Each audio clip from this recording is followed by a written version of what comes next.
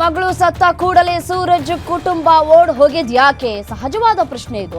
ತಲೆ ಮರೆಸ್ಕೊಂಡು ಹೋಗುವ ಅಗತ್ಯತೆ ಇರಲಿಲ್ಲ ಅಂತ ಹೇಳಿ ರುಕ್ಮಿಣಿ ಅವರು ಹೇಳ್ತಾ ಇದ್ದಾರೆ. ಅವರು ಪರಾರಿಯಾದ ಕಾರಣ ನಮ್ಮ ಅನುಮಾನ ಇನ್ನಷ್ಟು ಹೆಚ್ಚಾಯಿತು.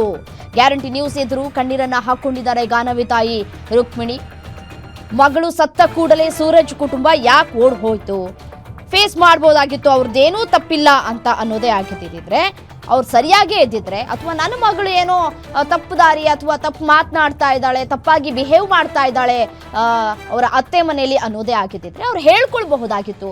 ಯಾಕೆ ಓಡ್ ಹೋದ್ರು ಅನ್ನುವಂತಹ ಪ್ರಶ್ನೆಯನ್ನ ಮಾಡ್ತಾ ಇದ್ದಾರೆ. ಮಾಡಿದ್ರು ಅವರು ಹೇಳ್ಬೋದಿತ್ತಲ್ಲ, ತಲೆ ಮರ್ಸ್ಕೊಂಡು ಹೋಗೋದು ಏನಿದೆ, ನಮ್ಮಲ್ಲಿ ತಪ್ಪಿಲ್ಲ ಅಂದ್ರೆ ಇವಾಗ ನಮ್ಮ ಮನೇಲೇ ಇದ್ದೀರ, ಅವ್ರ ಕಡೆ ಯಾರಾದ್ರೂ ಬರ್ಲಿ, ಅವ್ರು ಯಾಕೆ ಹೋಗ್ಬೇಕಾಯ್ತು ಮನೆ ಬಿಟ್ಟು? ತುಂಬಾ ಕ್ರಿಮಿನಲ್ ಜನ ಸರ್, ಎರಡು ಮುಖಗಳು ಆತರ ಪ್ರಪಂಚಕ್ಕೆ ಇನ್ನ ಯಾರು ಬೇಡ. ಅವಳು ಬದುಕಬೇಕು ನಂತರನೋ ಒಂದು ತುಂಬಾ ಸಪೋರ್ಟ್ ಮಾಡಿದ್ವಿ ನಮ್ಗೆ, ಇಲ್ಲಾಂದ್ರೆ ಅವ್ರಿಗೆ ಇದೆಲ್ಲ ಕಾಡ್ತಾ ಇರ್ಲಿಲ್ಲ. ನೀವು ತುಂಬಾ ಥ್ಯಾಂಕ್ಸ್. ಮಾಡಿದ್ರು ಅವರು ಹೇಳ್ಬೋದಿತ್ತಲ್ಲ, ತಲೆ ಮರ್ಸ್ಕೊಂಡು ಹೋಗೋದು ಏನಿದೆ, ನಮ್ಮಲ್ಲಿ ತಪ್ಪಿಲ್ಲ ಅಂದ್ರೆ ಇವಾಗ ನಮ್ಮ ಮನೇಲೇ ಇದ್ದೀರ, ಅವ್ರ ಕಡೆ ಯಾರಾದ್ರೂ ಬರ್ಲಿ, ಅವ್ರು ಯಾಕೆ ಹೋಗ್ಬೇಕಾಯ್ತು ಮನೆ ಬಿಟ್ಟು? ತುಂಬಾ ಕ್ರಿಮಿನಲ್ ಜನ ಸರ್, ಎರಡು ಮುಖಗಳು ಆತರ ಪ್ರಪಂಚಕ್ಕೆ ಇನ್ನ ಯಾರು ಬೇಡ. ಅವಳು ಬದುಕಬೇಕು ನಂತರನೋ ಒಂದು ತುಂಬಾ ಸಪೋರ್ಟ್ ಮಾಡಿದ್ವಿ ನಮ್ಗೆ, ಇಲ್ಲಾಂದ್ರೆ ಅವ್ರಿಗೆ ಇದೆಲ್ಲ ಕಾಡ್ತಾ ಇರ್ಲಿಲ್ಲ. ನೀವು ತುಂಬಾ ಥ್ಯಾಂಕ್ಸ್. ಸೂರಜ್ ಸಾಯ್ಬೇಕು ಅಂತ ಬಯಸಿರ್ಲಿಲ್ಲ ಅಂತ ಹೇಳಿ ರುಕ್ಮಿಣಿ ಅವರು ಹೇಳ್ತಾ ಇದ್ದಾರೆ. ಅವರು ಸಾಯ್ಬೇಕು ಅಂತ ನಾವು ಬಯಸಿರ್ಲಿಲ್ಲ ಅನ್ನುವಂತಹ ಮಾತುಗಳನ್ನ ಆಡ್ತಾ ಇದ್ದಾರೆ. ಸೂರಜ್ ತಾಯಿ ಜಯಂತಿ ಧನದಾಹದಿಂದ ಇಬ್ಬರು ಮಕ್ಕಳು ಸಾವನ್ನಪ್ಪಿದ್ದಾರೆ.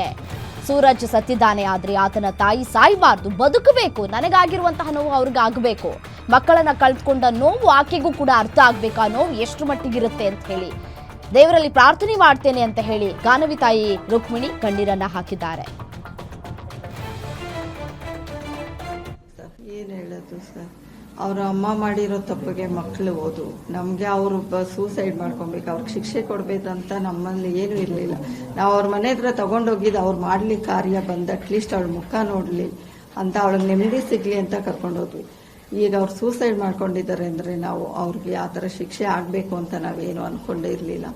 ಅವ್ರ ಅಮ್ಮ ದನ ಪಿಶಾಚಿ, ದನ ವ್ಯಾಮೋಹ ಮೋಹಕ್ಕೆ ಮಕ್ಕಳನ್ನಿಬ್ಬರು ಅಮಾಯಕರನ್ನ ಬಲಿ ತಗೊಂಡ್ರು, ಇಬ್ಬರನ್ನು ತಗೊಂಡ್ಬಿಟ್ಲು.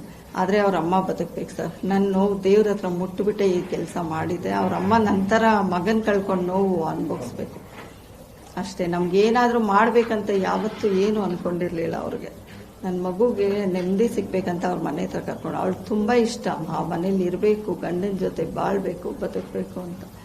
ಅಷ್ಟಕ್ಕೋಸ್ಕರ ತಗೊಂಡೋದ್ವಿ. ನಾವೇನಾದ್ರೂ ಮಾಡಂಗಿದ್ರೆ ಅಲ್ಲೇ ಅವ್ರ ಮನೇನ ಎಲ್ಲ ಮಾಡ್ಬೋದಿತ್ತು. ಆದ್ರೆ ಅಮಾಯಕ ಮಕ್ಕಳನ್ನ ಬಲಿ ತಗೊಂಡ್ಬಿಟ್ಲು ಮೇಡಮ್. ಆ ಆರೋಪ ಇದ್ದಿದ್ರೆ ಸರ್, ಅವ್ರು ನಮ್ಮ ಮಗಳ ಬಗ್ಗೆ ಏನಾದ್ರು ಇದ್ದಿದ್ರೆ, ಅವ್ರು ಒಳ್ಳೆಯವ್ರಾಗಿದ್ರೆ ಏನಕ್ಕೆ ತಲೆ ಮರೆಸ್ಕೊಂಡು ಓಡ್ಬೇಕಾಯ್ತು? ಪೊಲೀಸ್ ಸ್ಟೇಷನ್ ಬಂದು ಸರೆಂಡರ್ ಆಗಿ ನನ್ನ ಮಗಳ ಅಪೋದ ಹೇಳ್ಬೋದು. ಏನ್ ಹೇಳೋದು?